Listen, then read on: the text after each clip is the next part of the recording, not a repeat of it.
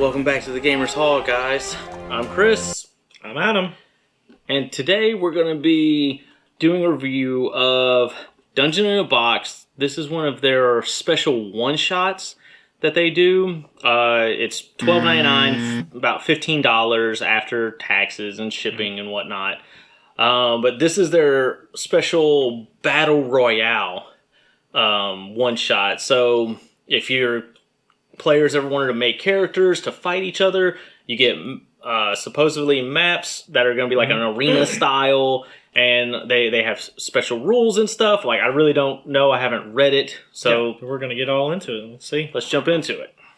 But yeah, as soon as I saw it was a Battle Royale set, I had to try it. Cards. Okay. Quest booklet, quality control. This box was prepped and checked by an elegant maiden. So apparently they have people checking their boxes to make sure everything's going in correctly now. As a person that deals in logistics and stuff, that's very nice to have somebody who actually checks to see if everything's there. More skinny minis.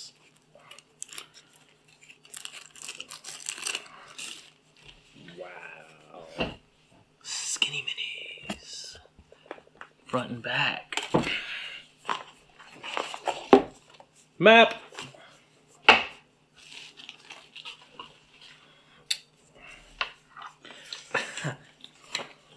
All magic items. All new. Those are all magic items? All of these are magic items. And all brand new magic items you could use. Actually, and a lot of them look like they would fit perfectly well in regular play, regular campaign setting. So you get 4 different battle arenas, 2 on each side. You can laminate this and have it laid out, or you can fold it in half. I like how you've got the terrain style fight where you have different obstacles to deal with. You have the bridge, fight over the bridge, fight up the pyramid. So different, obviously changes of line of sight. If I can get that word out. Yep. Also different heights, different dangers to deal with. So it's not just a gray box. Yeah, because I mean, this is basically lava. You could actually probably do something and push somebody off into a lava. That's 10d10 fire damage right there if you start your turn in lava. Yeah. Be that tiefling. Yeah. Now I don't know if that's the rule in here, but in D&D 5e, if you start your turn in lava, it's 10d10 fire damage. So we're gonna read the book, put some of the minis together, and then we'll come back when it's all together. Yep. All right, guys, we're back. Set the map up, read some rules, put the minis together, and try to figure out how this is supposed to work. So the basis of this is that each player has a 6-level character. It's balanced for that play. This kind of plays as somewhat of a video game style, where every character has 3 lives, and that is equal to 1/3 of their normal hit points. So you come in with just 30 hit points, and when you die, you respawn at your spawn point that is chosen at the beginning of the battle. Okay. Side note, if you guys want to play at higher level or lower level, you can go online to Dungeon in a Box website, and they do have a level adjustment PDF file that you can download for free. Yeah. So the first thing is choosing what map you want to play at. Each map does have a distinct hazard. It has a distinct thing that spawns there, so it's not just the players spawning and fighting against each other. There is something that will fight. Although when it's dead, it's dead. The players don't have to worry about it anymore. It doesn't come back like the players do. Also, every player gets 2 magic items at the beginning of each fight. There's a lot of magic items. Or on each live, actually. Or life. So when you die and you respawn, your old magic items get shuffled back into the deck, and you draw 2 new ones. Okay. There are also 3 legendary items. That there's a legendary chest and multiple chests that spawn here. that you can go get more items out of. You can just open a legendary chest or any chest as a free action on your turn. Pull out, get more magic items out of it. Although the legendary one, which is we've got set up here, if you try to open it, it's cursed. You have to roll a d20. On a 1 to 10, you're just immediately slain and have to respawn. On a 11 to 20, you get the item, and they're pretty powerful. Yeah. For instance, Quicksilver Vial. Gain. First off, the activation is a free action. Gain an extra action each turn. In addition, your walking speed increases by 30 feet. Yeah. Just roll the magic items. The way they work is you have a hand of magic items. You don't have to show what you get right away. But as a free action, you can play any of the magic item cards, and then you can use their effects. So some of them you need an action to use, some of them you don't. But once one magic item is activated, at the end of your turn, you would roll an opposing roll. So Chris and I would roll against each other. If you roll higher than them with a d20, your magic item stays out and it stays active. Wait, at the end of your turn or at the end of... End of your turn. Oh. Your turn specifically, Okay. it stays out. And then the opposing player rolls. If you roll higher than them, you get to keep your item out and it keeps doing its ability whenever you would be able to use it. Okay. If they roll higher, then it gets shuffled back in the magic item and you lose it. Wow. So do you pick the person or it's whoever you activate it against? Yeah, just pick an opposing player. Okay. If the DM's running it, the DM could just roll it for you, or you could say an opposing player or whatever you want to work out. It just has to be somebody that's not you. Okay. And this can also be played without a DM. Yes, you could set it up where it runs itself, which is nice because not little breath of fresh air. DM. So let's get into some of the other mechanics because really this plays like a normal 5th edition battle. Supposed to. Except for the lives and the spawning back. Now, did you talk about the hit points? Yeah. Okay. 30 hit points. One thing they've added to combat is defensive rolls. Now, this is supposed to try and balance out that whole you starting with a third of your hit points. Yeah, and it says targeted. Whenever you get targeted by attack, you can roll a defensive roll to negate all the damage that would be done to you. So if they hit you, you can roll defense, and you have to pick one of your stats, strength, con, any one of the 6, and then do an opposing roll against them. Okay. If you get above them, you take no damage from the hit, period, even if they hit you. So it could be like I rolled a wisdom check, and then I saw their movement, and I happened to understand where they're aiming for, so I put my shield in the right angle. It's a descriptive way of saying how you stop the hit. Gotcha. However, it also says you roll a defensive roll even if they missed. You would still use a defensive roll to explain how you took no damage. And then this is where it gets a little weird. You can only use a defensive roll once per life. Once per life or once per round? Once per life, you get that roll per hit. And then once you've used that, you can't use it until your next life, but you can use all 6 stats. But once you've used all 6 stats, you have to use your lowest one for all subsequent hits. I think I understand where they're going with this one. Okay, so that's like saying, even if they missed, you have to use this because you get 6 of them anyways, and then you're going to go on your lowest. It's just a way of kind of balancing it out, making it last a little longer, and that's like saying, oh, well, I saw this person was going to do this, and this was my reaction to deflect that, even though they missed, but you're still using it.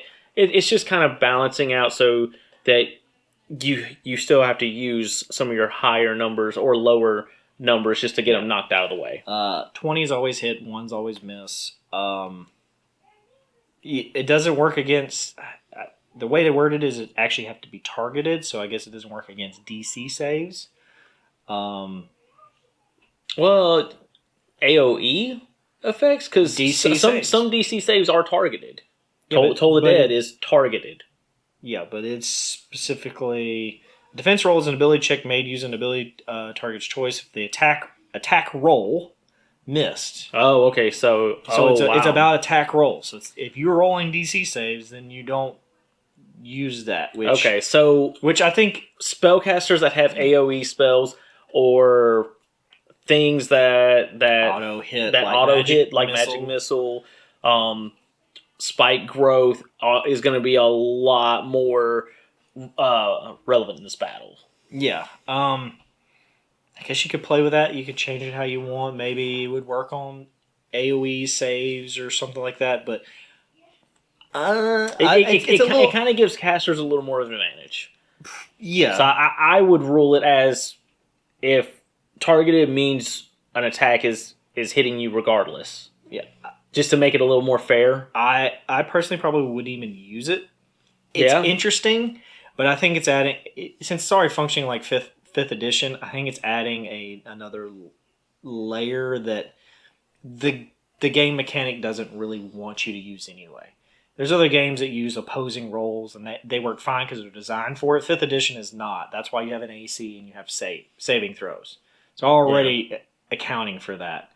I think that's a way for them to try and make it a little more fair for martial characters versus your casters, because a wizard, magic missile, 6th level, 30 your hit points, one magic missile, that's pretty much done. Yeah. Well, I mean, a lot of people are just going to get one shot in. Pretty quickly. Fireball, done. Paladin Smite, done. They're a rogue catching somebody, engaged with somebody else. Because I'm assuming you just say if I'm not 1-on-1, I get my sneak attack. I mean, there's a lot of just gotcha in this, which is fun, and there'll probably be a lot of role playing. And the defensive roles probably would add some very cool descriptive. If you're a gaming group that loves to describe how combat works, these actually might be perfect for you, because it gives you an idea of how to say you defend it, right? Yeah. Here's my favorite thing that they added, and I love this mechanic: trash talking. Okay. One moment before we get to the trash talking, though, I think one thing that would kind of balance it out also is if you just made a rule that said if anybody's going to make a caster, no AOE. Everything has to be a targeted one-person spell. That would make it a little more fair. I don't think that's necessary, because everything in here has a line of sight issues, and a lot of AOE needs to see a target where you're hitting. So I don't think that's going to be necessarily a bad thing, especially on the one we set up here. You can't shoot a fireball through here to catch everybody on this side. No, but a cleric with spirit guardians or a fireball, all you have to do is get that fireball close enough, and it's a big enough area, it's gonna hit something. That's where I'm kind of saying on that one. Yeah, but that's if your players would even be okay with that. Yeah, try it out. If you get this, try out to see how it works, and then actually post in the comments, tell us if defensive rolls are better than we think, or they're fun. Anyways, let's move on. Let's get to the best part: trash talking.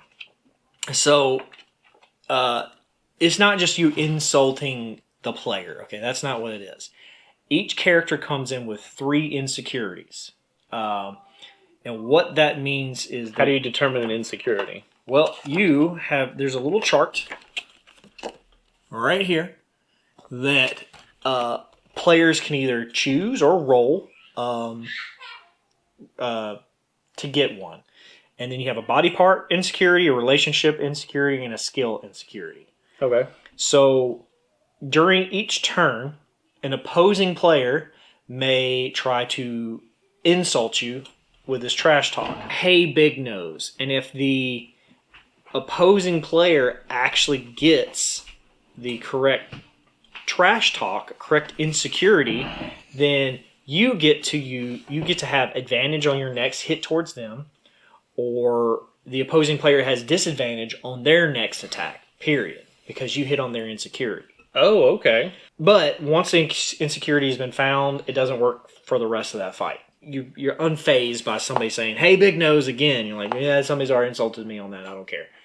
Okay, so it's like saying that this person figured it out. My shock factor only works once. Yeah. And you get one guess per type of insecurity. So it's kind of a pseudo mini game. Within the fight itself. Okay. Like especially if that rogue needs to get that sneak attack off, then figuring out what that insecurity is like, your god sucks, and you hit the cleric with, oh no, that's my insecurity. And he's like, aha, I have advantage now. Yeah. Gotcha. You got feminine hips, Mr. Fighter. Ha! Yeah, stuff like that. Which I think is fun. Now, obviously don't go too mean with it. Remember, it's a game and you're supposed to be, just quick trash talk. Thought you were supposed to have a long sword instead of a short sword, Mr. Fighter. Ha! Well, that's not necessarily one of the insecurities, but that hurts. But that's fun. After that, basically everything kind of works. That's all the additional rules: the magic items, the defensive roll, and the lives. So okay, it has a very video game-esque feel that you could manipulate and change with, but it's cool. It's interesting. It definitely would create a fast-paced, short strategy combat. Like how do I deal with that barbarian that if he gets to me, I'm gonna die because he's gonna hit me for sure for a third of my life. And interesting character builds too. I think you would definitely, when playing against other player characters, your character builds have to be done in such a way that they would, work better. Like the Sentinel feat and stuff. Oh yeah, yes. Like I don't know if that works as well with player characters that understand exactly what you're doing. Yeah, but it could work well, you stopping them from going to get a chest. It could. There's a lot of strategy. Like, what character class would be great? Like, a monk can set up a great kill of, I got you stunned. One thing I did forget to mention, I just thought about this while we were talking, is let's say your players don't want to have a battle royale. They want to do like a team versus team battle. Well, the characters that are on the front of this book, you can go on to Dungeon in a Box website and download the actual stats for all 5 of these characters right here, and you can make their team versus your player's team and follow this exact same rule sets. Yeah. So a couple other interesting things is each map has its hazards. Has a different layout and elevations. So if you're on the pyramid, it does block line of sight.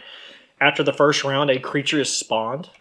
And then there is a special creature here that kind of changes that you can use to change the mode of the game, like tag. Like he'll come in and shoot people with an eye ray, and it's a tag. You're it. So people will chase down that person. Oh, we need to get him now because that's how we win this. Is tag. You're it. That's cool. Also, the person that controls the battle, he could also have NPCs spawn in if he wants. So you have to deal with them, not just your other players. So there's ways to vary things. And some of the hazards, like the lava map, you fall in the lava, you're dead. You lose your life. They don't roll damage. I mean, yeah, it's 10d10 fire damage. It's basically auto. You fall in the water, you get slid. You can fall down the pyramid. It for tactical players, the way they've set it up, it's simple, but the little bit of the way they describe it, it's gold mine. Like, how do I use that to my advantage? Oh, if I get over here, they can't see me, but I can see them. I know that guy's going to drop a fireball. Well, if I can get just set in this specific way, I'll have a concealment or cover towards something. I might be able to not die from that hit. Or if they're, I have the ability to jump over this, misty step. Different ways of getting around the field. Yeah. Opens up whole new possibilities. So it's very, very different. I think it will be very fun to play this and probably best not to. It's probably best to everybody needs to do the standard array for fights. Yeah, having the rolling for your stats that could unbalance certain things. So doing a standard array, or if you roll, choose one set, everybody gets those stats. Everybody gets those stats if that's what you're going to do. balance will be key to this completely. Like, normally I'm completely fine with variations because a player can play off an imbalance through role play and other stuff. None of that is going to apply to this. Yeah, when it's PvP, it's a different story. Everything needs to be balanced. Everybody needs to work with the same set of stuff and knowledge. So, DMs, if you're doing this, leave no secrets. Let them know that this is going to happen. The players need to understand what is about to happen to them when they're getting into this fight. Yes. Because people get their feelings hurt pretty quickly if they're suddenly surprised by something that other players might have known, or although you could Squid Games it, I guess, in a way, and have other surprises that happen that nobody knows, and oh yeah, you just surprise, you didn't know that was going to happen. The DM can play with and finagle whatever, or if you're playing a non-DM style, you can just be like, hey, every other round, like, I have a random encounter that, bam, this monster drops in extra on top of it just to up the difficulty. Or the effect, like, it's bright daylight, goes to night, goes to dusk, goes to dawn, sun comes from this direction. Pure darkness. You could play with the environment, like, all of a sudden, this is blisteringly hot, or it's now cold, or, wind comes from this direction. Like, there's ways you can modify the terrain. Sleet storm comes in, everything's difficult terrain. Anyone that is concentrating on a spell has to roll concentration checks every turn. Yeah. There's ways you can definitely up the difficulty and strategy for this. And I think the cool thing is that most of these battles shouldn't take long. Nah, you could 20, 30 minutes at most? Yeah, I think within probably a 2-hour session, for sure, you'd have if you come in with your characters made. If everybody knows we're going to make, that's fine. We all pre-make your character before this starts. But within 2 hours, you should have all 4 maps fought for sure. Or it would also be cool. One other way to play is, instead of making a 6th level character, make 3 2nd level characters, and when they die, switch out the next character. That would be that one dies, switch out next character. And then you just pick your order of how you want to go. So do you come in with your guy that can take a hit, or do you come in with the powerhouse? Actually, that's a very interesting way to play too. So yeah, it's pretty neat. I mean, of course, let's talk about the quality.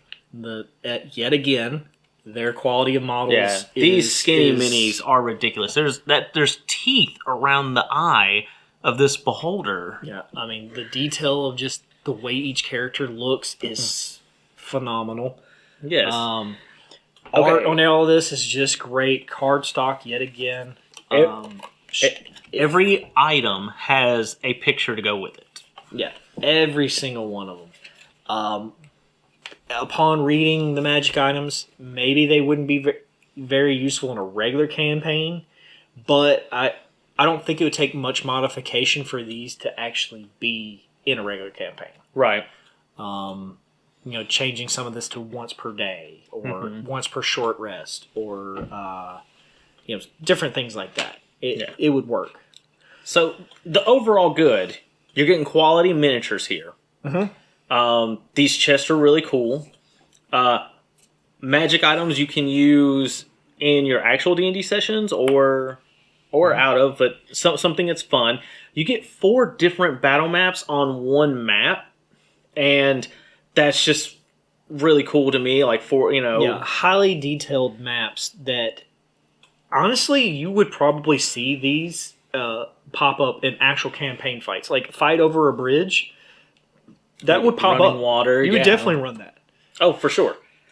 And then, not to mention, let's say you don't have any minis. You could proxy these as your characters. So, for $15, you're getting a lot here, and you're going to be able to play this just using the basic rules and everything you got. Now, I will say it is definitely for a 4-player group.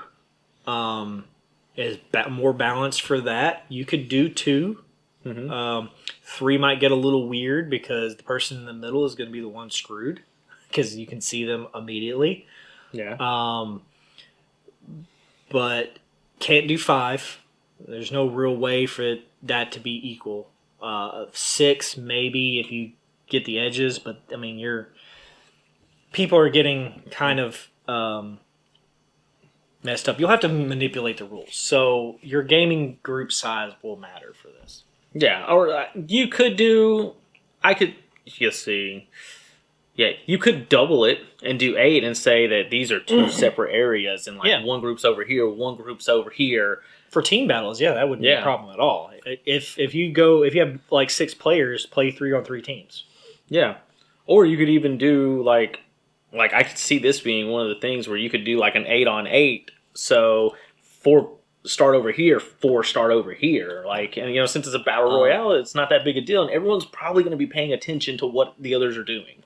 I think another interesting thing is really good for this is that this would be great for now that we're kind of getting to go back to game stores and play after dealing with all this COVID mess and things are opening up again. This is perfect for a D&D night of just like if you're a local game store owner, let's goof off, have some fun. Yeah, it's like, hey, I want to do an event. There's 12 people here that like playing D&D. Let's actually have an event where we can face off against each other, and then it's like kind of like a magic event. Give a small prize at the end. Yeah, whoever, if you win this, I'm going to give you this dungeon in the box. The winner gets this and gets to take it home, or just a way to give people an understanding of how D&D plays, because it doesn't take any time to figure this out and play. They'll understand combat. Yeah, super easy. Yeah, like almost a very good introduction to D&D as well. Yeah, at least on the combat side of it. Yes. Very, very good. And it gives you a way to, if you're one of those DMs that really loves to role play, you get to be that announcer. You get to play that, here comes the opponents or the contestants in this, and really play up. Because there's not, this could be a spectator sport, which actually I believe it is somewhat of a spectator sport. Yeah, and this could be one of those things you do monthly at your game store. Mm-hmm. Hey, we've got this, we've got the battle mats, we've got rules, and so bring your builds and try and be number one. Who's the battle champion, who's the PvV champion at this store. Yeah, a new layer to D&D that most people have tried to make work will definitely work for this. Yes. They've given you the complete ability to make PvP fun.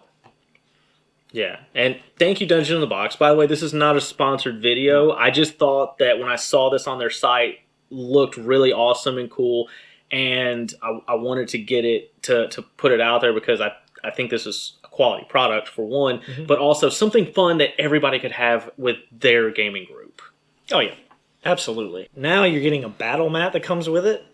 And then a whole host of ideas of, if you're a clever DM, of like, well, how do I make this holy blessing pop up in my campaign? I mean, you could even have a magic item that's literally a special bag that pulls out these magic items and is like, okay, this is what your character finds now.